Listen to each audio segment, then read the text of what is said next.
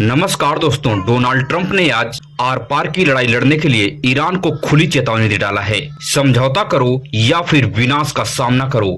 इस विनाश वाले जो शब्द है, इस पर बहुत बड़ा फोकस लोग कर रहे हैं कि आखिर विनाश, किस प्रकार का विनाश अमेरिका ईरान में करने जा रहा है।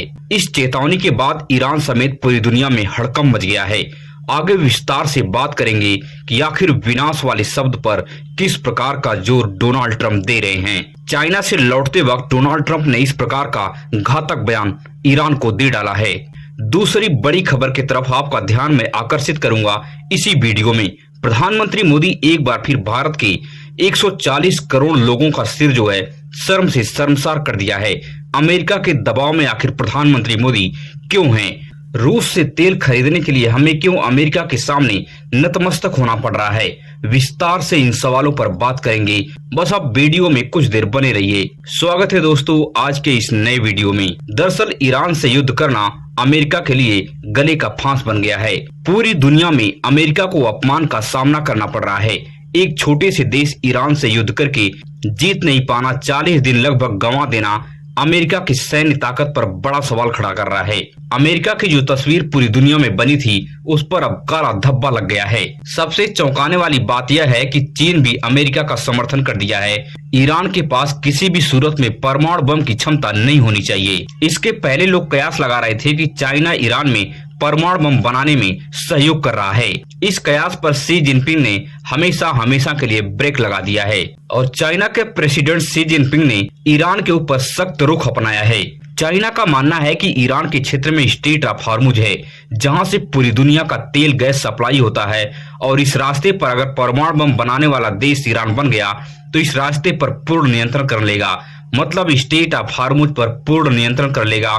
इस बात का डर चाइना को भी सता रहा है और ईरान लगातार फिर दादागिरी करेगा और पूरी दुनिया को तंग करके रख देगा। शी जिनपिंग के इस बयान के बाद ईरान सदमे में है। ईरान को बिल्कुल भी इस बात का अंदाजा नहीं था कि शी जिनपिंग इस प्रकार से ईरान का मुखालफत करेंगे। शी जिनपिंग के इस समर्थन के बाद डोनाल्ड ट्रंप ने खुले तौर पर ईरान को ललकारा है और सख्त रुख अपनाया है कि ईरान जल्द से जल्द 60% इनरिचमेंट यूरेनियम को वापस कर दे या फिर ईरान में भयंकर विनाश देखने के लिए तैयार हो जाए।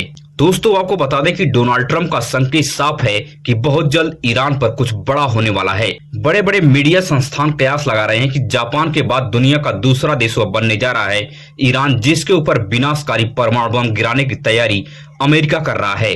ईरान लगातार हठधर्मिता अपनाया है, स्ट्रेट ऑफ हार्मुज पर अपना नियंत्रण जमाया है और वहां से पूरी दुनिया का तेल सप्लाई को ब्रेक कर दिया है। पूरी दुनिया में आर्थिक संकट फैल गया है और ईरान लगातार अमेरिका को धमकी भी दे रहा है कि अब किसी भी सूरत में 1 इंच पीछे नहीं हटेंगे। अमेरिका के हर जवाब का ईरान बदला लेता रहेगा।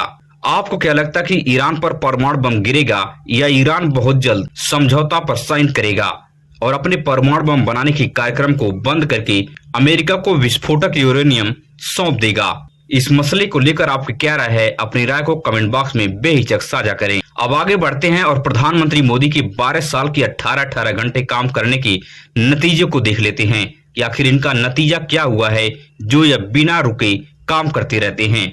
दोस्तों आपको बता दें कि प्रधानमंत्री मोदी देश की ऐसी हालत बनाकर रख दी है कि आज भारत अपना पैसा लगाकर भी किसी भी देश से तेल नहीं खरीद सकता है, बल्कि तेल खरीदने के लिए उसे अमेरिका से परमिशन लेनी पड़ेगी। इस बात को आप समझ रहे हैं कि आखिर देश की हालत क्या बन गई है। आजादी के बाद पहली बार ऐसा हुआ है कि भारत अमेरिका रिश्ता इस कदर खराब हो गया है कि हम आजाद देश में रहकर भी आजादी से डीजल पेट्रोल किसी भी देश से नहीं खरीद सकते हैं। हमें परमिशन लेनी पड़ेगी, वह भी अमेरिका और डोनाल्ड ट्रंप से।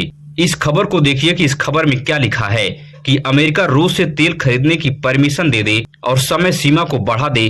प्रधानमंत्री मोदी और भारतीय जनता पार्टी इस प्रकार से भारत को विश्व गुरु बना रहे हैं। क्या ऐसी कल्पना आपने कभी की थी? सबसे शर्मनाक दौर से भारत इस वक्त गुजर रहा है। आपको तो पता चल ही गया होगा कि डीजल, पेट्रोल और दूध के दाम में बढ़ोतरी हो चुकी है और आगे भी लगातार महंगाई की मार आप झेलने के लिए तैयार रहिए।